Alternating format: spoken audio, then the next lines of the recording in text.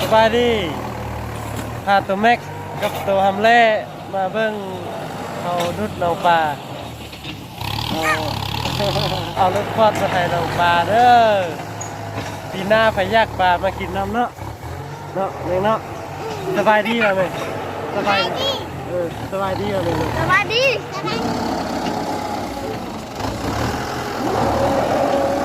แค่เด็กต้องชูนนะ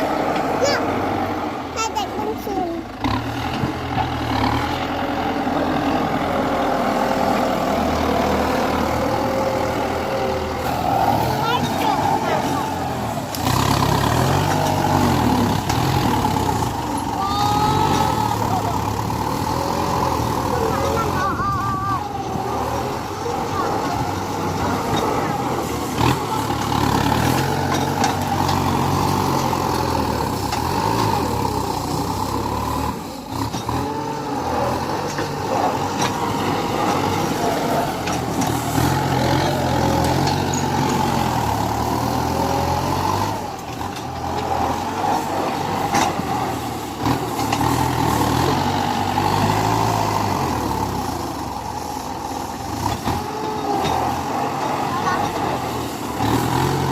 เนี่ย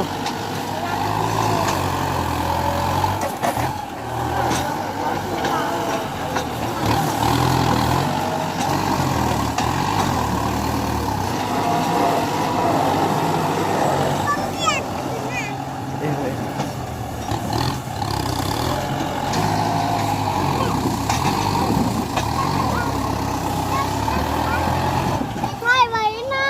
ตัวเดียวไหว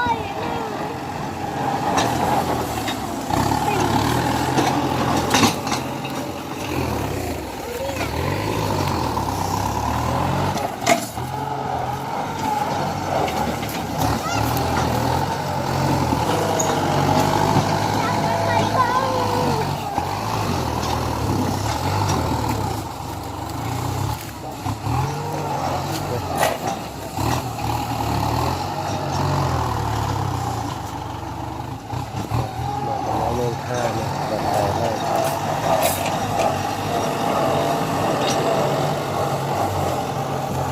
ต้องดูด้านไม่สวย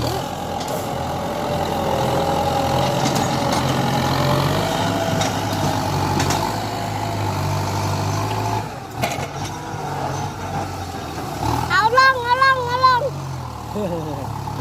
เอาลงเอาลงเอาลงเอาลงบ่วงเอาลงบ่วงเอาลงกล้วยเอาลงกล้วยเอาลงกล้วยเอาลงกล้วยโอ้มาขาเลยปัญหาเลยเอาลงมาเดียวโอ้จอดซ้ำ